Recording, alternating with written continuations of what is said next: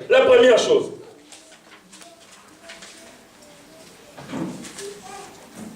Dans la même nuit, l'Éternel dit à Gédéon, prends les jeunes taureaux de ton père, un second taureau de 7 ans, renverse l'autel de Baal qui est à ton père et abat les pieds sacrés qui est au-dessus. La première chose, renverse l'autel de la maison de ton père, renverse-le. C'est-à-dire qu'on n'en parle plus jamais. Renversez-le. Moi, les victoires que j'ai eues spirituellement avec le Seigneur, c'est parce que je me suis engagé à renverser chaque autel, à partir du principal. Dans la maison de mon père, j'ai dit, toi tu vas tomber, tu vas tomber. Je le fais tomber, toi tu vas tomber, tu vas tomber. Je le fais tomber, toi tu vas tomber, tu vas tomber. Je le fais tomber. Et le Seigneur a commencé à faire ce que je vais citer en deuxième lieu. La première chose que tu fasses, après cette soirée, ou même maintenant, je n'aime pas dire que c'est moi qui vais imposer les mains après là maintenant tu peux aller. Non, non, non, non. La parole de Dieu nous transperce. La sœur Juliette parle de sa délivrance avant de commencer à passer dans la prière de délivrance. Parce que notre Dieu, c'est lui qui délivre. Ce n'est pas un homme qui délivre. Ce n'est pas un pasteur qui délivre. Ce n'est pas un prophète qui délivre. C'est Dieu qui délivre. Et il délivre en tenant compte de notre état de cœur. Frère, sœur, qu'est-ce que tu as dans ta maison? Je parle de la maison de ton père, mais je vais parler de ta maison aussi. Nous sommes habillés en blanc. Est-ce que nos maisons sont blancs? Est-ce que nos chambres sont blancs? Est-ce que nos valises sont blancs? Est-ce que nos porte-monnaies sont blancs? Est-ce que nos comptes à banque sont blancs? Est-ce que nos réserves sont blancs? Est-ce que nos pensées sont blanches? Alléluia.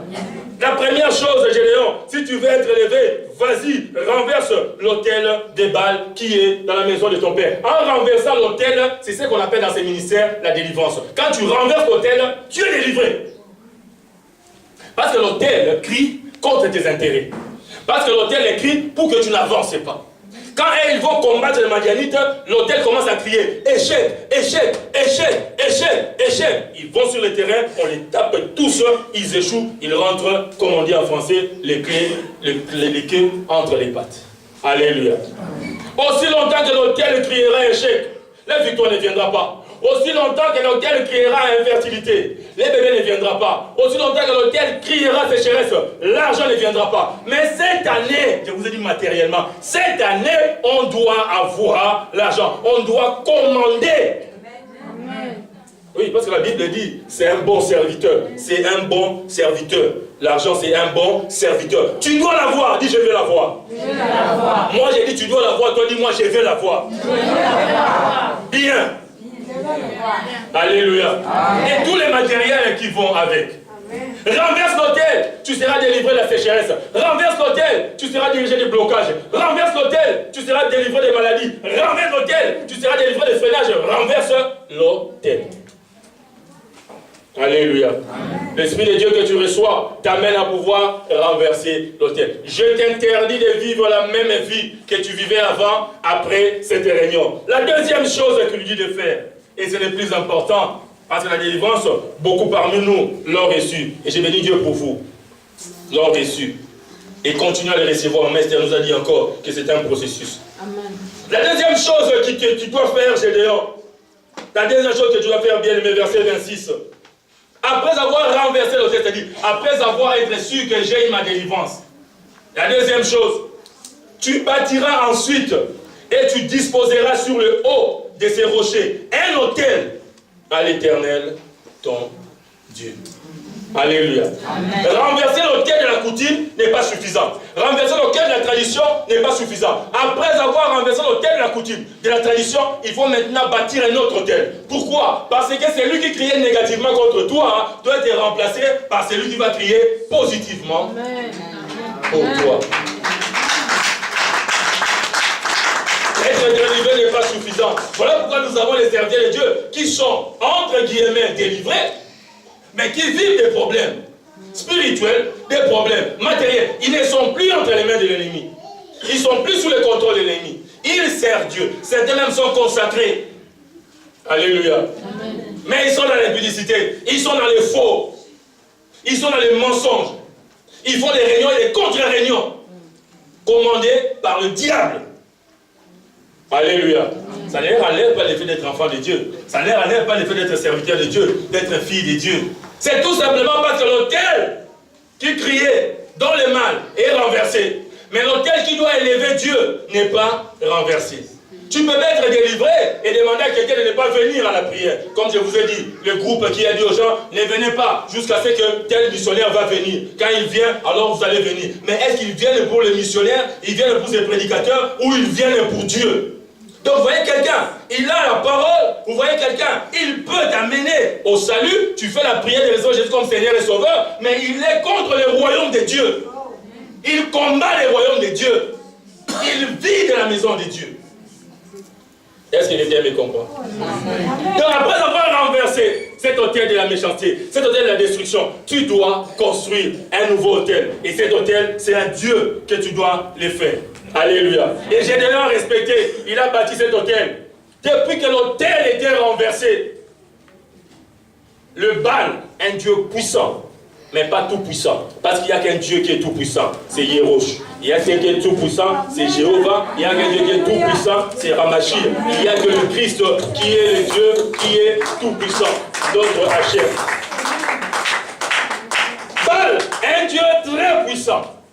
Mais lorsque Gédéon entre et renverse cela, les gens du village viennent dire, quoi? Fais sortir ton enfant. Il dit au papa de Gédéon, fais sortir ton enfant, on doit les tuer. Le papa de Gédéon qui était un païen complet, il dit, ces jeunes qui a renversé l'autel du grand Dieu Baal, vous pensez que vous allez les tuer? Ils pensent qu'ils vont te tuer, tu ne vas pas mourir. Allez, écoute, si tu m'as trouvé, je suis là, c'est parce qu'ils pensaient qu'ils allaient me tuer, je ne suis pas mort et je ne vais pas mourir. Après, avant de les avoir terrassés, tous, dis avec moi, je ne vais pas mourir. Je ne vais pas mourir. Dans le village, ils disent que tu vas mourir, mais tu ne vas pas mourir. Alléluia. Je verrai dire même que tu ne vas pas mourir par leurs mains. Quelle honte que de mourir de leurs mains. Quelle honte que de mourir avec leur maladie. Quelle honte que de mourir avec leur attaque.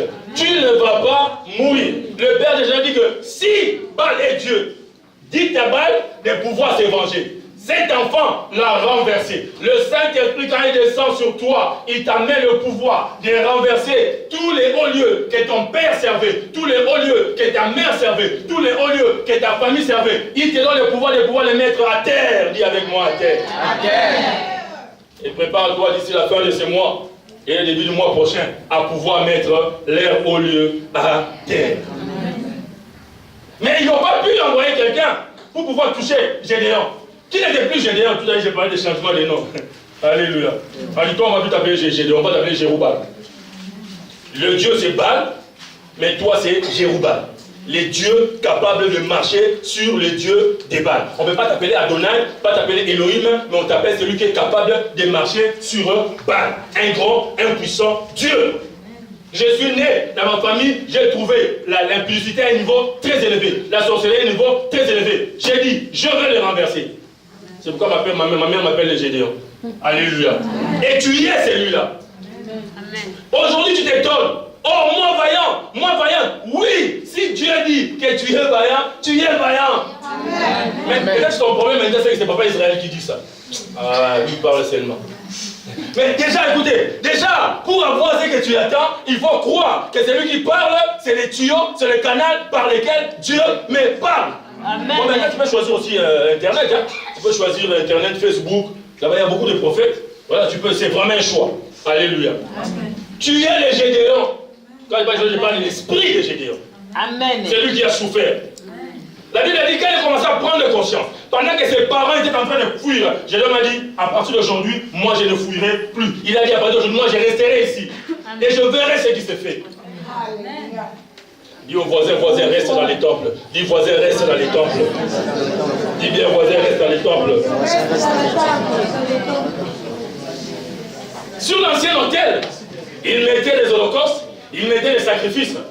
Sur les nouveaux hôtels, il lui a dit, là-bas vous mettez les sacrifices humains, ici, met les sacrifices de moutons, des chevrons, des petits animaux, selon les moyens que vous avez. Alors qu'il souffrait, alléluia. Amen. Après ce moment, quand le Saint-Esprit va te prendre, quand tu parleras avec lui, notre maman Kembo l'a dit, pour récupérer son mari, il est devenu une grande sacrificateuse. Alléluia. Pas en faisant des services, mais en faisant des services, des sacrifices. Parce qu'il faut que je récupère mon mari, que le monde des ténèbres a pris. Alléluia. Je vais te rappeler en parenthèse que la réclamation Après, quand il a dit, et la récupération, c'est sont arrêtés. C'est sont arrêtés. Tu faisais des choses que tu ne savais pas parce que